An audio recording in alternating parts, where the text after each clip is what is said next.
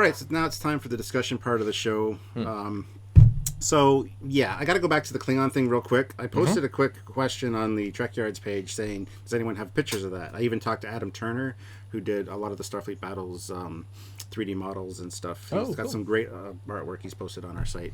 Cool. He hadn't done any, but I used some of his images to create some of the B10 separation pictures you've seen in this episode, and he thought they were great. He was excited that I did them and thought they were fantastic. So, but I think it's perfectly viable. Like I said, you don't want to die because of a simple malfunction, and that does happen with a complex system like a warp system. So why would a Klingon not have the ability to saucer or boom separate and actually protect your critical people from a stupid mistake?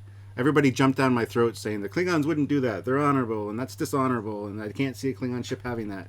And I totally disagree. I mean, why would any Klingon ships have life pods then? We see in Enterprise that the Enterprise bird of prey has escape pods. By the same logic, we have escape pods. Yeah, so I mean, it's shown in canon. Self-preservation is not dishonorable. I mean, I'm sure Gowron or Martok wouldn't. There's some element of survival, and I think the D7 is so well designed that I'd never considered a separation.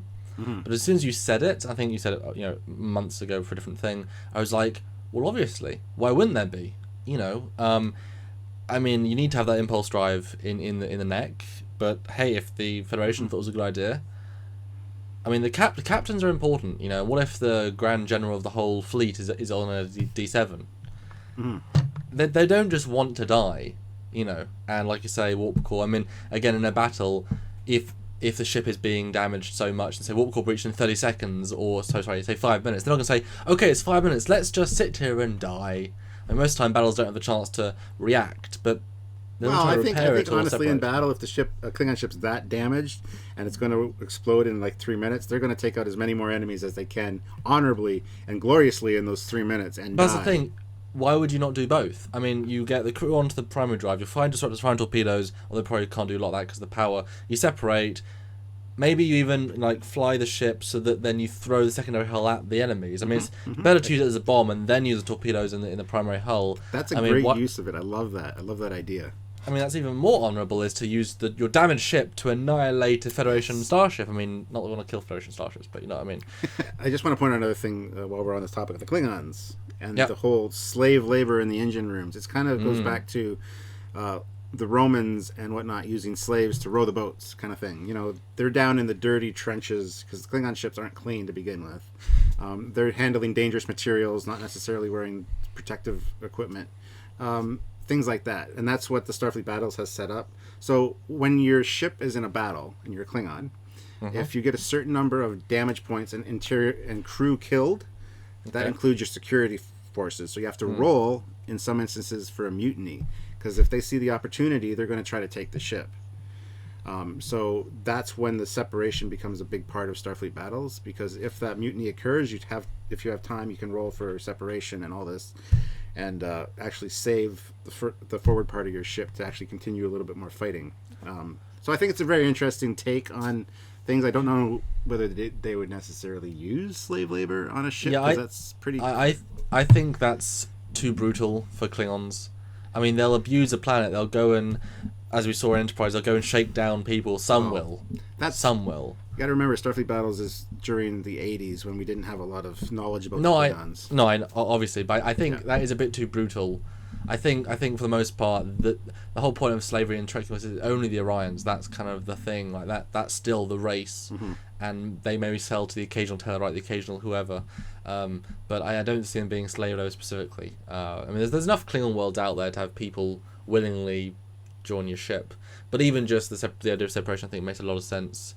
And since in Starfleet Battles, so many of the variants of Klingon ships are basically just a D7 style, then as the fleet, it makes even more sense. And also just having just the captain have the command codes to make that sounds more Klingon-y. To make that rear section actually usable after separation. Because if it does get detached, and your first officer is on board, or your chief engineer or something, and the mutiny is under control or never happened, it was just a warp core breach that got stopped, you can use both sections.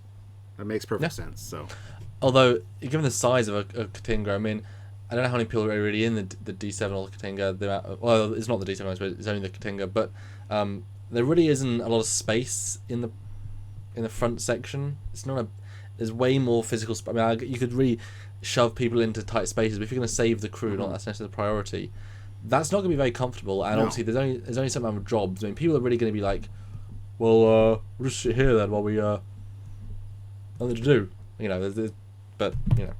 Still. Well, that goes to even if there's a warp core breach, you leave your slave guys in the rear section, the main bulk of your slave labor crew, and you just bring your officers and genetically good females up front with the captain. That's kind of what they're going for. So let's move on to the other discussion points. So TOS Enterprise separation. I mean, loved seeing it in Of Gods and Men, but that was amazing to see.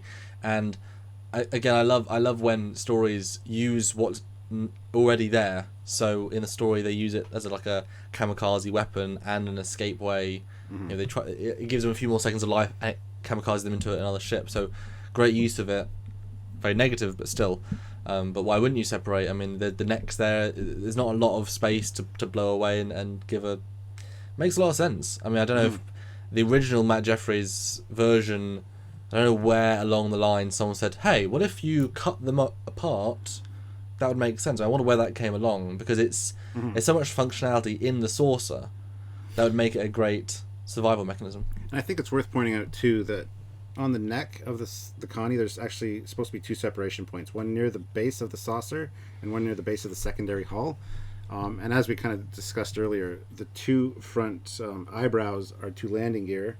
And we actually have a graphic that shows the two landing gear down and the thing landed with the neck being still part of the ship, which makes sense. There's room in there. It's a great way to disembark the ship. So it's safe to say there's 1-2 separation planes for that, and then the nacelles can be detached as well. Well, the fact that we know that they are plug and play for refits and things means why wouldn't you have just a eject button? And again, things get broken. And it's like the self-destruct, because the self-destruct code that you see in Star Trek 3, there's actually a few different self-destruct codes. One destroys the warp core, one destroys the magnetic bottles, one destroys the bridge first, which is the one we see in Star Trek 3, and it depends on which code you use initiates which destruction or which saucer separation. They each have their own different code. So it makes perfect sense. Depending on the situation, you'd have different options for that. That's a hefty rule book to have to learn then to accidentally the wrong. That's why the codes are so simple. Oh, yes. Well, these probably use voice recognition as well. But let's move on. Let's go through the line then. We sort of mentioned it, but let's go straight to say the Enterprise B variant or Excelsior. There we go. We're prepared. What do you think about the possibility of this ship separating? Because if the precedent starts at TOS, and we know it exists in the Enterprise D, do you think it would make sense to have ships in between separate, such as the B? Yes, this one has perfect separation planes. And it's the same thing as with the Connie. I'm sure there'd be two different ones. Yeah. I mean, obviously there's no, landing legs or anything, but in emergency, I mean, this is, it's so flat, it's so perfect, why wouldn't you?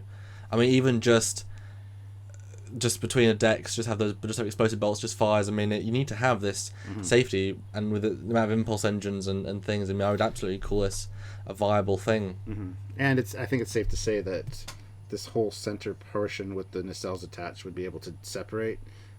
Or eject. Eject to separate the nacelles from the ship, should there be a problem with the nacelles as well.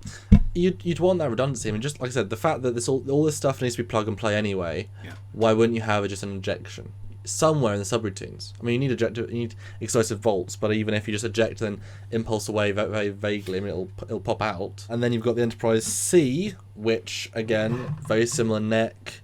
Why wouldn't you have that plane? We've got to remember the Enterprise C. We've spoken to Rick about Voyager. We'll get onto Voyager in a second. If it's not called for, I didn't put it in. But if fans can make it work, they'll make it work. And this does have the red separation plane that we discussed. I mean, I don't know if all of them do. I don't remember seeing that on the model. So it might have been a thing added a few years later. Yeah. Who knows? I don't know if the CG version has it. We'll be able to see. But again, it makes a lot of sense. Why wouldn't it separate? But it's just so flat. Although we theorised that me and Rob Bonshun, because we might even make these renderable, that there's obviously no impulse engine on here at all. Yeah. But wouldn't it make sense then if it splits and then there's a drop down impulse drive in the saucer so that it can then move away?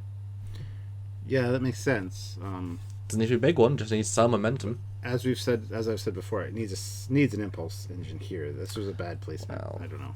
Yes, but well, obviously there are different versions. On this one, with the way that the secondary hull curves, I can really only see one separation plane that would be viable, just because of the way that neck is. But if you look how flat this saucer is, I mean, it's very much like the D. It's just a. I mean, this I think would be almost the D version. Like it pulls apart. Well, this is probably leading up to that more routine kind of saucer separation with this one. Yeah, I would think. Yeah. This is the one where they're like, yeah, we're going to make this an everyday thing, and then obviously the D, we see it saucer separate. Routine is an interesting word because I mean, there you go. The fact there's a phaser strip inside it does say something, but personally, I mean, I know it's not designed for battle, but I don't see it as very functional because there's amount of shield power. You haven't got a warp engine in the primary hull, which means any power output is going to be dropped so dramatically that the shields, which is where the main power goes, are going to be so ineffective that you got the bridge there, while the secondary hull is still effective and probably even has more power because there's less going towards other systems. Probably has higher shield output, or at least more sustainable. But that saucer. I know it's not meant to battle, but saucer is going to be destroyed in a few hits. I mean, a couple of photons. We see how easy a Katinga can be blown up in DS9.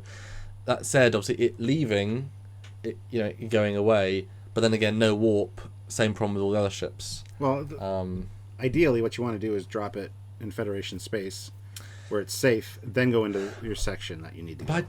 But then if you've got that much time, why don't you just take the full ship? I mean, if the ship loses 30% of its combat efficiency, because that phaser strip is a pretty amazing set of phasers. Those are the best ones in the entire ship. If that goes away, if you lose 30% of your phaser efficiency, yeah, but like you said, and that battle might be able to win. I mean, like you said, there's more power available to that drive section because it's not feeding the saucer power requirements, so it's got additional punch with that phaser, the one phaser strip that's on it, I would think. But the thing is, you're not going to put the best emitters in a part that you're only going to see one out of every 100 missions. You would if it's a battle section that's made specifically for battle. I don't think routine is the right word. Like I said, I think reliable and routine sounds not every day, every other week. But the fact is, it was used so infrequently. But we know why that is too. So. Yes. And finally, Voyager. We did speak to Rick when we did the Designing the Voyager episode, and he said, I'm sure I can make it separate, but it was never meant to separate, and have such an integrated hull would be... Yeah, that's like it said in the one novel, that the Intrepid class eventually got that option, or that feature, and then they actually refitted the Voyager after it came back to do that. It just seems odd to me. I don't think it's practical at all. But you'd have to literally rip the ship apart at non-natural planes and then rebuild decks, and... Yeah. I don't see the functional reason. The Enterprise E, though, I love John's sketches on how the E separates. I absolutely love. Yeah, it makes sense. It's so elegant. Although a lot of people have complained that because of the shuttle bay there, that it wouldn't work with the way that he has it. It would cut the shuttle bay in half and be very odd and weird, which I can see. But we have John's sketches to show you guys here, and. I mean, maybe I wouldn't say cut in half. Maybe just there's a single deck line. The bottom is the shuttle bay. There's nothing below it. So obviously, if there's a breach there, then all the shuttles go flying out. But I think it's still viable. I mean, the fact is that all you have to do is then add an extra few meters or feet on the deck for a shuttle bay to give it that extra height. I mean, there's things you can do to refit it. It would need a refit for that. But the lines, I think, the way it's integrated, it would work really naturally. And I've always thought this would work. Yeah. But out of all of them, I think this is the one that needs to do it the least with the way the body's designed. Well, I think this is the one that you'd put it in the most because it's been proven to work in generations. They would say, yeah, we're going to make sure our next ship has the thing that saved the last flagship's crew. So they're going to make sure it has it, again, but it's going to be very much just a lifeboat like the D. But then again, that's the flagship with all the civilian crew members on board and the families and blah, blah, blah. This is a battleship. But then also the Prometheus being a line of thought as well. It's a tactical advantage. I mean, this ship I can see, the amount of phaser strips you can have in the internal space. I mean, we see, God knows how many phaser strips we've counted them in the Prometheus. When it separates, the like micro torpedo launchers in the saucer after the saucer. I mean, I think this would be a tactical thing. They have power this ship has. I think this could be more effective as a dual fighting force. It's mighty powerful. Yeah. I can see it splitting and actually working in conjunction with each other. Especially when you got to think about the climate. The D was designed. I mean, the Cardassian War, yes, but it was more exploration. The E, it's designed to be in fleet roles, where separating actually makes more sense because then you have more targets. You're going to have an Akira at your back. You're going to have a few Defiants. It's going to be a whole fleet. So having multiple phaser hits, things you can shoot phasers from might be more effective. That's why the Prometheus came about. Multiple phasers for multiple directions, whereas the D, that it was more lifeboat. So I can see them pushing that one direction further. Yeah.